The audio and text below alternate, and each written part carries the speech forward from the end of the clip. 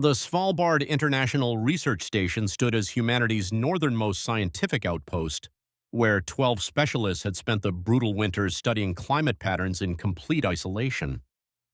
Dr. Eliza Chen's team had been extracting ice cores when their equipment struck something solid nearly 300 meters below the surface, something that shouldn't have been there. The object embedded in the ancient ice was unlike anything they'd encountered. Not quite mineral, not quite organic, with a surface that seemed to absorb light rather than reflect it.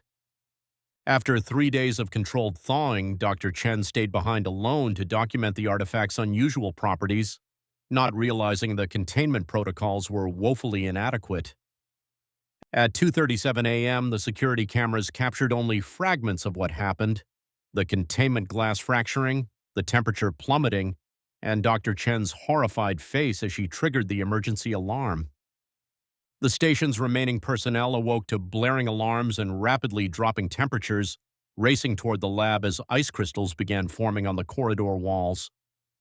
When they reached the lab, they found only darkness beyond the door, an unnatural cold emanating from within, and no sign of Dr. Chen. The lab had transformed into something impossible: organic crystalline structures growing across every surface, emitting cold rather than heat, centered around an empty void where the artifact had been.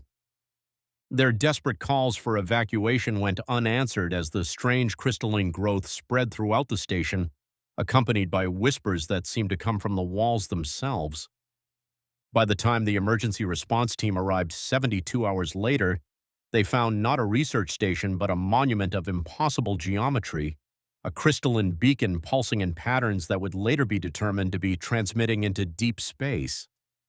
The official report classified the Svalbard incident as a structural failure due to extreme weather, even as similar excavations began at government sites around the world.